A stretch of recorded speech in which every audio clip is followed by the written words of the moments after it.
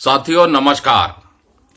अभी कुछ सैनिकों का मेरे पास फोन आया 2-3 दिन पहले और उनकी एक बहुत बड़ी कंफ्यूजन थी कि वो लो मेडिकल कैटेगरी हैं और अगर उनको इनवैलिड मेडिकली बोर्ड आउट कर दिया या उनका शेल्टर अपॉइंटमेंट विड्रॉ कर दिया तो क्या 8th सेंट्रल पे कमीशन के तहत जो सिफारिशें लागू होंगी उसका बेनिफिट उनको मिलेगा या नहीं मिलेगा। इस चीज को दोस्तों गहराई से समझाएंगे।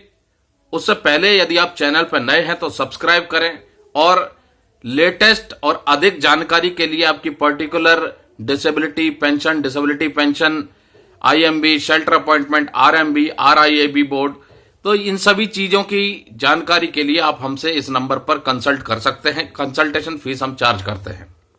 तो चलिए अब बात करते हैं 8th सेंट्रल पे कमीशन का बेनिफिट क्या इनवैलिड मेडिकल बोर्ड आउट जो हुए हैं उनको होगा, क्या जिनका शेल्टर अपॉइंटमेंट अनविलिंग कर दिया गया है, विड्रॉ कर दिया गया है, क्या उनको बेनिफिट होगा।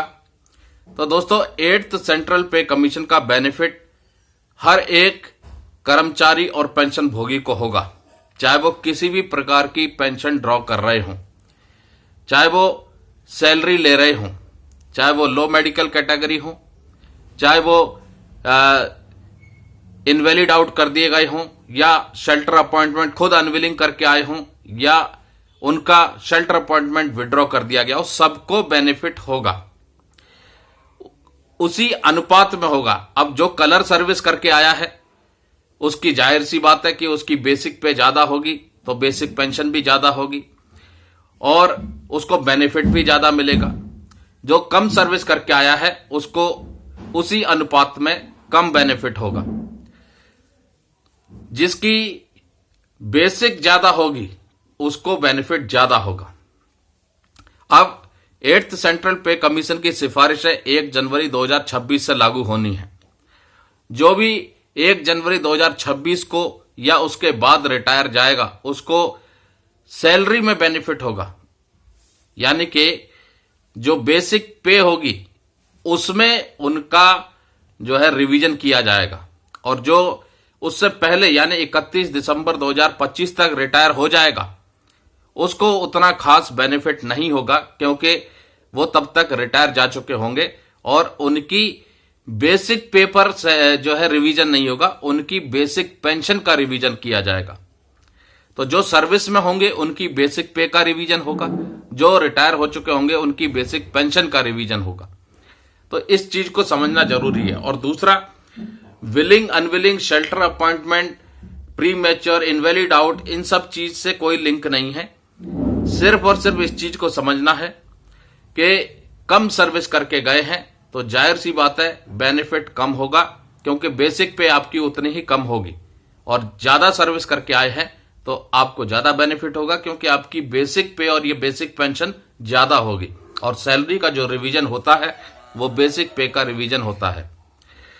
तो दोस्तों उम्मीद करते हैं आज की जानकारी आपको पसंद आई होगी। और एक और कंफ्यूजन है लोगों के अंदर कि अगर वो 10 साल से ऊपर सर्विस है और 15 साल से कम है, उनका अगर शेल्टर अपॉइंटमेंट सीओ विड्रॉ कर लेते हैं तो क्या उनको बेनिफिट ज्यादा होगा।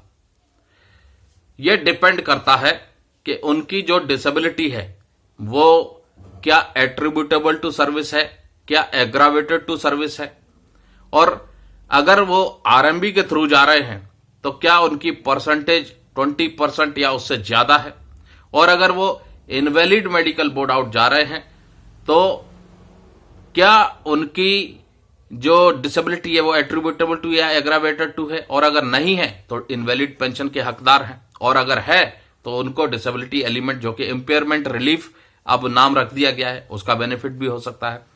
तो आरएमबी और आईएमबी दोनों की शर्तें अलग हैं और दोनों के हिसाब से जो डिसेबिलिटी एलिमेंट या इंपेयरमेंट रिलीफ या डिसेबिलिटी पेंशन कह लो, इन चीज का आकलन अलग अलग किया जाता है। रिलीज मेडिकल बोर्ड के थ्रू अगर आप गए हैं तो उस डिसेबिलिटी पेंशन, इंपेयरमेंट रिलीफ इसका आकलन अलग तरीके से होता है, और इनवैलिड मेडिकल बोर्ड आउट के थ्रू गए हैं तो इसका आकलन अलग तरीके से होता है, क्योंकि दोनों की शर्तें अलग अलग हैं। अब सर्विस 10 साल हो गई है तो इनवैलिड पेंशन आपको मिलेगी, इसमें कोई दो राय नहीं है। अब 10 साल से कम सर्विस है तो इनवैलिड पेंशन आपको मिलेगी, लेकिन उसमें शर्त है कि आपकी जो डिसेबिलिटी की वजह से आपको सर्टिफाइड किया गया है कि अनफिट फॉर मिलिट्री ड्यूटीज और unfit for civil reemployment के लिए, और आपकी जो डिसेबिलिटी है वो neither attributable to nor aggravated to है, तभी आपको इनवैलिड पेंशन मिलेगी।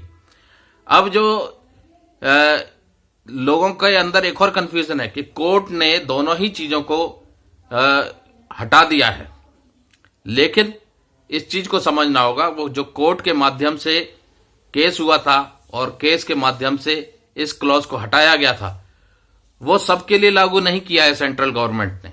अगर आप कोर्ट केस करते हैं और आपके फेवर में जजमेंट आता है तभी आपको उस चीज का बेनिफिट मिलेगा। तो दोस्तों, उम्मीद करते हैं आज की जानकारी आपको पसंद आई होगी। अधिक जानकारी के लिए आप हमसे इस नंबर पर कंसल्ट कर सकते हैं। कंसल्टेशन फीस हम चार्ज करते हैं। नमस्कार, जय हिंद, जय भारत दोस्तों।